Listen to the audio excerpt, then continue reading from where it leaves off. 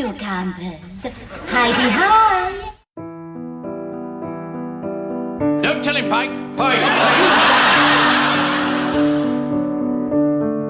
I met him and he frightened me to death. I'm free. He ruled with a rod of iron. Did he? A rod of iron and a smile on his face. Like a smiling viper.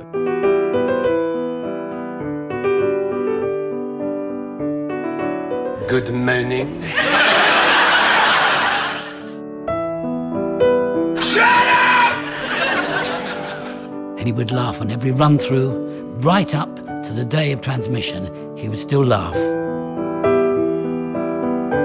I remember someone saying to me, do you know what, I walked down my road and I could hear laughter in the street.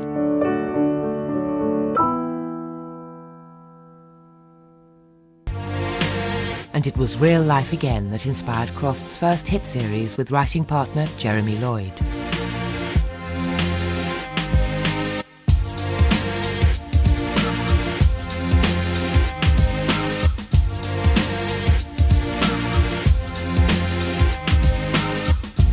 I had the idea for Arguing Surf because I'd slaved away for 3 years in the Simpsons in Piccadilly, which was a big gentleman's outfitters.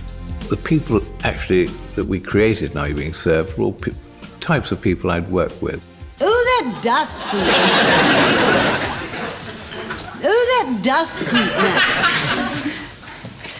Oh, that does suit me. We had a chat, we had lunch. I'd already written 4 or 5 pages, which he read and said, well, let's do it. And Lucas, while you're down there, straighten those seams. I hate to see crooked seams. Yes, Mr. Peacock. Captain Peacock.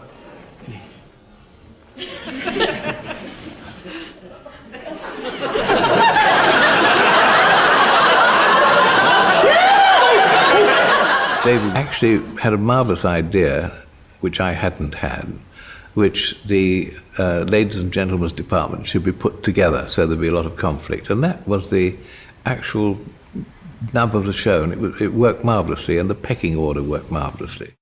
I have been deeply distressed to learn of the slump in our sales over the past 4 weeks, which I'm sure you've all observed. Yes, I have observed it. Haven't you, Mr. Granger? Oh, a very definite slump, I would say. Had you observed it, Mr. Huntley? Oh, I've observed it, Mr. Granger. You observed it too, didn't you? Oh, yes, evidently. In order to do situation comedy, or perhaps almost any comedy, you need to have a situation in which there are rules. Mr. Granger, return from lunch, 1403. Would you sign, please? I'm sorry, Captain Peacock, but I must refuse to sign your book. And these rules then are in danger of being broken, and from that arises most of the comedy. That's a brandy for Mr. Granger. Well done, Mr. Granger, the way you stood up to him. Oh, we shall always remember you for that, Mr. Granger, when you've gone. The double entendres, the double meanings, were an essential part of it. And I mean, sometimes they were so outrageous that when we did the read-through, we'd say, we can't say that, we'll all be arrested, you know. At 7 o'clock tonight, my pussy's expecting to see a friendly face. I personally think that Mrs. Slocum's Pussy is the funniest joke ever written in any medium, and I can watch it any number of times and never be bored and never stop laughing. I never have any trouble in getting up in the morning. My pussy's just like an alarm clock. David would say, look, you do it as though you haven't the slightest idea that there is any double meaning at all. So it's done completely innocently, and no one will mind. I think, looking back now, were my parents thinking, oh, some of those innuendos, are they getting them? You know, there must be a bit of that. I certainly didn't get any of them, I don't think. Trousers are at a complete standstill. You're lucky to get your tape up once a day. It was how you deciphered it. If you thought it was rude, that was you. Or it could have been totally innocent. Whatever has happened to the central heating in here? My ballpoint will never function in this weather. The key in the writing was that they can't get out of their scenario. It's very limiting, but it means you've got to really focus on the jokes. You've got to focus on getting laughs, because there's not much else you can do with it. She's a healthy girl, isn't she? Miss Bronze, get out the 44s. The Kilimanjaro range. You know, my favourite character in that was always young Mr. Grace. You've all done very well. I just never tired of that. And again, you know, you're all doing very well. Just became a phrase that we used whenever it was prompted. You've all done very well. Thank you, Mr. Grace. There isn't hardly ever a time, somebody did some research on this actually, when an episode of Are You Being Served isn't being shown on some station somewhere. Ho, ho, ho, little boy. Have I got a surprise for you?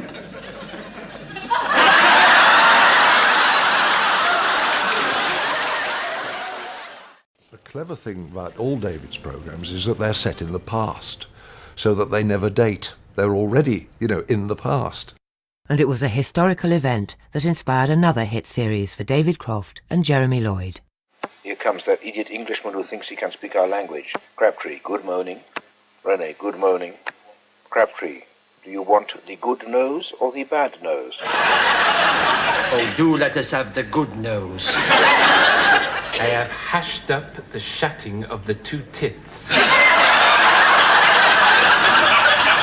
What does Crabtree say of it? He has hushed up the shooting of the two tarts. You could hear them in the room going, The laughter that was coming out, and you can't say that. I think we can. It's a wonderful thing to know that I worked with one of the greats of our profession. He gave something to British comedy that is like a treasure chest.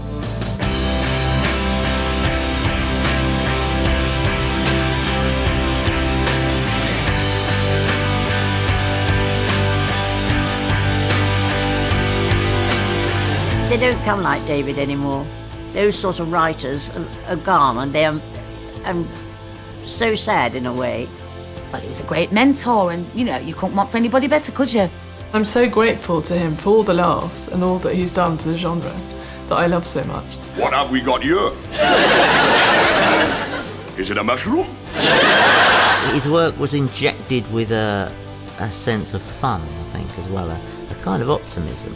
They can put 20 bombs down my trousers and they will not make me crack.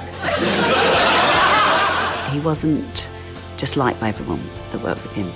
He was loved by everyone that worked with him. This man Croft had a knack for making people smile.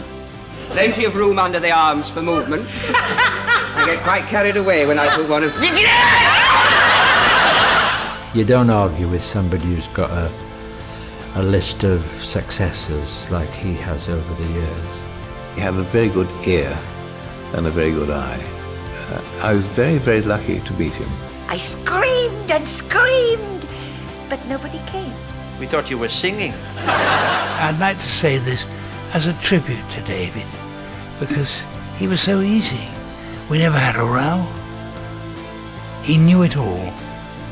Can you say that about somebody?